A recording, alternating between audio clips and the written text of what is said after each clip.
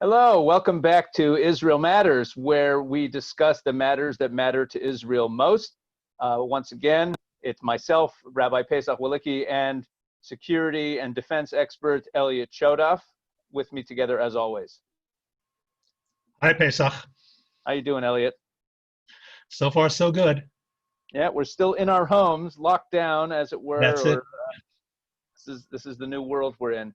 So I was, over the course of Shabbat, of course, we're recording this now on Sunday. We had been doing them on Fridays. But over the course of Shabbat, I was doing some reading, and I came across a very interesting biblical verse that really has a relationship to some of the events of modern times.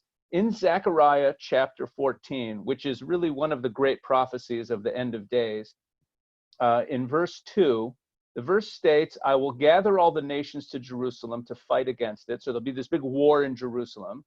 The city will be captured, houses ransacked, women raped. Half of the city will go into exile. Half the city will go into exile. And the other half will not. So that's a very interesting phrase. In the Hebrew, it literally says, Chatzi ha'ir, half of the city in exile. Now, on the face of it, that might sound like half of the people in the city going into exile, but there's a comment by one of the medieval rabbis, Rabbi David Kimchi, known as Radak, in a comment he makes in Isaiah, in the book of Isaiah, in chapter 24, on the last verse of the chapter, he mentions this verse in Zechariah, and writing in the 12th century, listen to what he says. Incredible thing. He says that at the end of times, when there's great wars in the land of Israel, the kingdom of the Lord of hosts will be seen on Mount Zion and in Jerusalem, for enemy armies will camp in Jerusalem, and they will conquer half of the city. Conquer half of the city. Wow. And it occurred to me, I was thinking, wait a second, how many cities are there in history that have been half conquered? Not very many. A city gets half conquered. And this is talking about the city of Jerusalem. And sure enough, one of the only times in history this has ever happened, the city of Jerusalem was half conquered and remained that way for 19 years, halfway conquered. And then he goes on to say that the kingdom of Israel and the kingdom of God will be revealed after it gets reconquered and is entirely in the hands of the people of Israel. So it occurred to me that, oh my gosh, we actually lived through this period. I don't know what people thought when they read these words when he wrote them in the 12th century, because who ever heard of half a city getting conquered? But sure enough, we know exactly what that's talking about, where half the city of Jerusalem got conquered and the city was split for 19 years. I just thought I'd share that insight because I discovered it yesterday. Pesach, amazing. Amazing. I love it. Oh, thank you. Anyway, let's get back into our conversation about Iran. While the whole world is drowning in coronavirus news and the news of what's going on in the streets of the United States, as we keep talking about here, under the radar, our enemies are still at work, and there's still a lot going on in the Middle East vis-a-vis Israel. Last time we were talking about Iran's strategic motives, and we were also talking about the fact that there's been explosions going on there. And since our last conversation, a little more than a week ago, there have still been more explosions at nuclear sites in Iran. So what's going on? Well, apparently the Iranians aren't the only ones who aren't taking a vacation. When we first brought this up 2 weeks ago, right after the first one took place, you may remember that I said, well, when one happens, you can't be sure. It could have been an accident. I mean, accidents do happen. There have been 7 in the past 2 weeks. Wow, 7. Yes. Wow. I mean, I've been watching the news and I didn't see 7, but that's, wow, 7 explosions. Have they all been at important sites? Yes. They've been, or let's put it this way. We don't know for sure from the outside, because the Iranians are actually denying a couple of the explosions that people saw. In other words, there are cell phone pictures of things blowing up, and the Iranians say that it's not true, which is also pretty much par for the course. We talked about the fact that these kind of regimes simply lie and deny, and that's mostly for internal consumption anyway. So we don't know for sure from the outside what's been hit. We know some of the stuff that's been hit. Natanz, the centrifuge center there, was very heavily damaged. Areas that have components and storage of ballistic missiles. In other words, not everything has been specifically on their nuclear program, but I would say much more on the level of nuclear plus other strategic targets that if we've talked in the past about hits against Iran, and I think we'll go into that some more in depth today, this is the first time that I can remember that there's been an ongoing campaign hitting strategic targets in Iran in this era of sort of the rising, the escalation of the conflict between Iran and Israel. Wait a second. So it could very well be, let me just put together what you're saying. If we have a series of explosions at a series of strategic sites of critical importance to Iran's nuclear program, obviously someone is sabotaging Iran's nuclear program, some outsider. Yes. There are not that many candidates No. for this role. So now, in as much as Iran has no interest in publicizing the fact that it's being attacked successfully by whoever is attacking it, Right.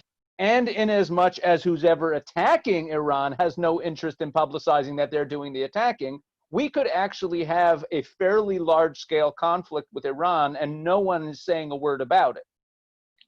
That's a very good way of putting it, yes. That's interesting. Yeah, I mean, it's not clear. It could be cyber, it could be some cyber, it could be sabotage, it could be internal sabotage, it could be agents getting in and doing stuff. One thing is clear, and who's doing it? Look, again, as you said, there aren't that many candidates who are both willing, interested on the one hand, and capable on the other. It's a very short list. America and Israel come to mind very quickly. And having worked together, the United States and Israel having worked together on things like Stuxnet, it's not out of the realm of possibility that it's more than one actor doing it. The Saudis certainly have an interest as well. Whether they have a capability on that scale, I don't know. I don't think so, but they do have proximity. In other words, if we're talking about something that's beyond remote cyber attacks, then the Saudis could certainly be involved peripherally, supportively, whatever. One thing is clear, and that is that the Iranian counterintelligence forces, which used to be very, very capable and competent, are being run circles around. Now, it's one thing to have a one-off operation like the Mossad cracking the archives and pulling out all those documents a few years ago. It's another to be doing it kind of every other day or every third day for a couple of weeks. It's kind of like, and I know you'll appreciate this, the famous Babe Ruth pointing to the stands and then hitting the home run. There's a point at which it's coming, and if you can't stop it, that's showing even greater weakness than being caught by surprise. Now, I would say that here for the first time, we're seeing a broad-based setback for Iran's strategic capabilities. A one-hit shot is painful, but when you start seeing destruction of centrifuges, damage to other nuclear-based installations, fuel centers, weapon storage and development centers, That's already it's a strategic level scale of damage that's being done. Wow. So while the world is distracted with other things, there actually is potentially some kind of fundamental shift in the Iranian threat to the world that is going on right now as we speak. Right. And that's certainly in the medium term good news. I never talk about the long term because, as Keynes famously said, in the long run we're all dead. But no, seriously, I mean, what's going to be 5 years down the road? We should have learned from this year so far that you're lucky if you can predict 3 months down the road, and usually 3 days is about as safe as you should go. But medium term, it's certainly a setback. Short term, it's a mixed bag because they could feel, you know what, if they're beating us up already, let's just get out there and do it. And of course, part of the reason for not announcing that we're doing it, if it's us or America or whoever it is to give them that much less incentive to get up and say, you know what, we're really at a war. Let's do it on a full scale. Okay, so where do you think we're headed here? And also, of course, relating this to Israel particularly, where are we going? So last week we talked about Iran and Syria for its sort of grand global imperial strategic reasons. And we were going to talk about what they're doing in Syria vis-a-vis us, and I think that all sort of fits into this. Because for a number of years they've been pushing forward, trying to move their military and some of their militias up to the Golan border. They already own the Lebanese border vis-a-vis or via Hezbollah. So for them, you don't need to be a great strategist to see on a map that if they can pressure us from directly north as well as from northeast, they put us in a very, very difficult situation in the north of Israel in particular, but the whole country, because essentially instead of defending a line, you're defending a right-angled, two-sided piece. And they can support each other and that sort of thing. They've been attempting to do it for quite a while in one way or another, and we've been pushing back. They've stepped that up over the past couple of years, and we've stepped up our attacks against that. And we've been failing at it. In other words, the attacks have been very successful, but we've been failing at stopping them. Here, I think it's important to understand, they've also been pumping stuff into Hezbollah, and it's coming through Syria as well. We operate on different timetables. And I think that especially now with Corona kind of throwing its own spanner in the works of what we understand as timetables, how many of us 6 months ago thought we were doing very, very different things today than we're actually doing? I know I've already canceled 2 trips to the States. We've had groups canceled coming this way and so on. So our lives are sort of semi on hold, waiting for this all to pass. But in normal times, if you can call it that, those of us who live in democracies live on sort of limited political timetables. Now, America is much more rigid than Israel because Israeli elections can happen at any time. God forbid that we see another one soon. We've had enough of them in the last few years. But let's take the American case, which is easier to understand. Every 4 years, there are presidential elections. A president going into office, and this is without going into current, past, just a president going into office, knows that they may not be president in 5 years and they will not be president in 10 years. And that means whatever they're doing has to get done relatively quickly. If they don't start to show results within the first, they talk about the 100 days, but certainly within the first few months, making progress on their agendas, they're falling behind schedule. If you add to that the reality of the instantaneous news cycle, what I call the CNN phenomenon, and I don't mean the station, I mean the whole fast food news business, they can't stop, they can't wait. Let's look at Iran in contrast. Ayatollah Khomeini came to power in 1979, and he was replaced after he died by Ayatollah Ali Khamenei, who's the ruler today. Now think about that.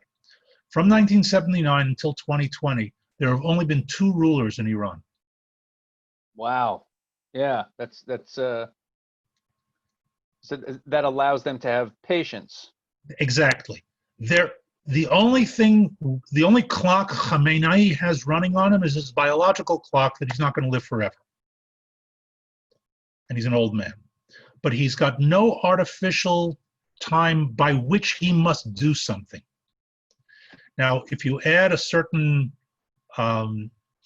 religious, I'll use the term messianic for lack of a better one for our understanding, sense of, well, it'll take as long as eternity for us to do what we need to do, Allah is with us, then you know what, losing a year, losing 2 years, losing 5 years, it hurts them, but it doesn't have the same urgency that we're used to having in the West. If you tell a president, provided that they're not afraid of internal instability growing as time goes on. Okay, so they always have to be concerned with that, but until they see that as imminent, and by that point it may be too late, but until they see it as imminent, that's not putting them under pressure. In other words, if a leader like Khamenei doesn't sit in his office today and say, I need to get this done within the next 2 years because in 5 years we may be overthrown. They don't think that way. Now, if it's imminent, if the crowd's in the streets and they have nuclear weapons, they might fire them on a use it or lose it kind of a basis in a way, for example, the Soviets never would have done and didn't do. The Soviet Union allowed itself to fall rather than go out in an apocalyptic eruption. I'm not convinced the Iranians would do the exact same thing that the Soviets did under those circumstances. But the flip side of that is this long-term timetable. And if we get set back, imagine telling an American president, look, what just happened sets your planning back 5 years. It's over. That's it. That's it, right? Yeah. Okay. For all intents and purposes, whatever you want us to do has been canceled. Mm-hmm. For a regime like Iran, it's okay, so we'll wait 5 years. The Iraq War set them back a decade and beyond, but I mean a decade of war. So that's why I say that there's long-term, this has a questionable effect. Medium term, it has a huge effect because it means that whatever they might have been planning to do in the coming year or two, they'll be much less capable of doing. And in the short term, it's sort of bipolar. They could either sit and say, okay, we'll take our time, they set us back, we'll come back in 5 years. Or they can turn around and say, wow, you know what, we're getting beaten up, things are looking a little rough here and there. Maybe wait out the American election, maybe not. I don't know what kind of internal pressure they're under, and I think it's hard to estimate realistically how much pressure they're under internally. You know what? Use it or lose it. We've got everything in place. Give Hezbollah the order, send the army, launch strikes, hit an American aircraft carrier in the Gulf. Let's go for it. Let's bring on the apocalypse. High probability, I'd say no. Possible, more than just possible. Wow. So the implications for Israel, like, let's bring it around to that, like the real world implications for Israel, and even if Israel is the one doing these attacks, we have to be aware that the more they feel pushed up against the wall, the greater the likelihood of their Lebanese wing, the Hezbollah, becoming activated in a full-scale conflict. Yes, the Lebanese wing and their own forces, but they could also, for example, say, you know what, we're being pushed into a corner. Now, we didn't want to waste Hezbollah, but now we need to. We need to get the pressure off, and if it costs us Hezbollah for an indeterminate period or forever, we have to build a new organization. We'll do it, because you know what? If you have to suffer an amputation in order to save your life, you suffer it. And I think we're sooner going to see it out of Gaza, but I don't think that's going to have the effect, and I think they know that's not going to have the effect. So, okay, just one last question I have here.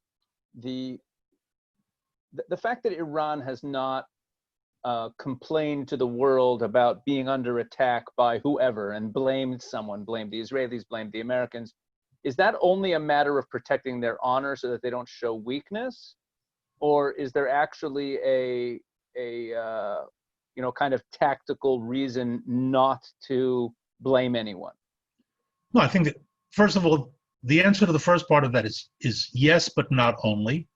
The tactical reason, first of all, they may not know for sure. They may suspect, but they may not necessarily but they've blamed people spuriously right in the past anyway. So, like, what's preventing them? Why are they not, okay. blaming the great Satan or the little Satan for attacking them? So here let's flip the question. Why not blame anybody? And the answer is, as we said, they don't want to show weakness. If they start blaming, then the cat's out of the bag. If they're not going to blame for that reason, if they're not sure who did it, they certainly have no reason to just throw it out there. But let's take the other possibility. They do know who did it. Why not blame that entity perpetrated directly? And the answer is because if they're planning some sort of a response, it does them no good. It actually takes away a bit of the element of their surprise by saying, okay, we know you did it, because the minute they say we know you did it, they're also going to have to say, and we're not going to tolerate. Right. Okay. So they might not be prepared to respond, and therefore there's nothing to be gained by pointing a finger, because they may be planning a response and not want to put anybody on particular alert. Mm. In other words, it's one thing to be on general alert, which we are, the Americans are, everybody is, and to be on the particular alert of knowing, okay, they're focusing on this. Now we have to watch this in particular, because we know it's a potential target. Wow. So, I mean, look, that's, the big lesson you left us with today is really about the difference between how totalitarian regimes that are not democratic and don't have terms and elections of any real elections, right, really have a completely different sense of the timeline and the urgency to get things done.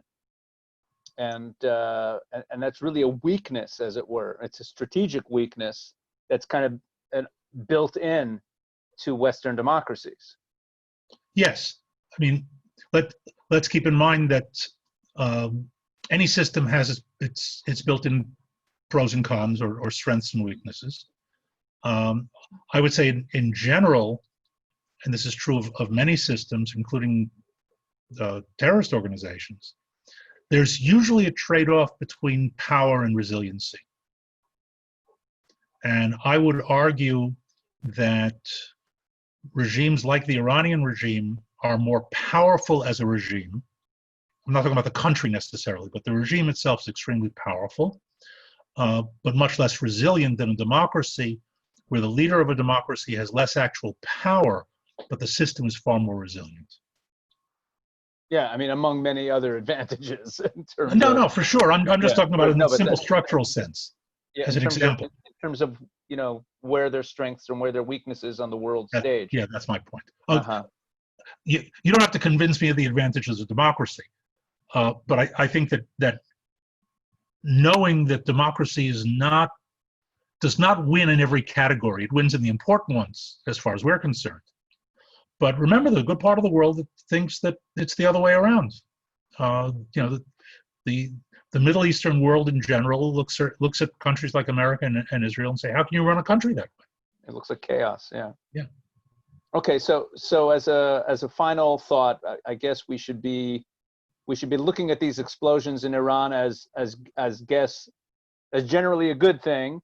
Yes. But at the same time, with each one of them, we should be praying more and more that whatever response Iran ends up, if they're going to have a response or if they're going to act, that we're prepared to deal with whatever response they bring, and just keep praying that our enemies get weaker and that Israel and the United States get stronger. And wow. So this is not again, the overall lesson keeps being, there's no such thing as a stable situation. There's no such thing as things remaining the way they are. Stability is kind of an illusion. And again, the enemies of Israel don't slumber and don't sleep, and the protector of Israel, of course, must never slumber and never sleep. All right, Elliot, thanks. Okay. This is awesome. So I know everyone feels like we left you hanging because there's so much to talk about, and we're really going through, in order to do things in an in-depth way, which we have, and I've heard back from some people who are watching these who do appreciate that we're going in depth. But that also means we have to be patient as we go through layer after layer, and that's what makes this different than the kind of shallow analysis we get on the TV news. So thanks a lot again, Elliot, and we'll see everyone next week. Thank you.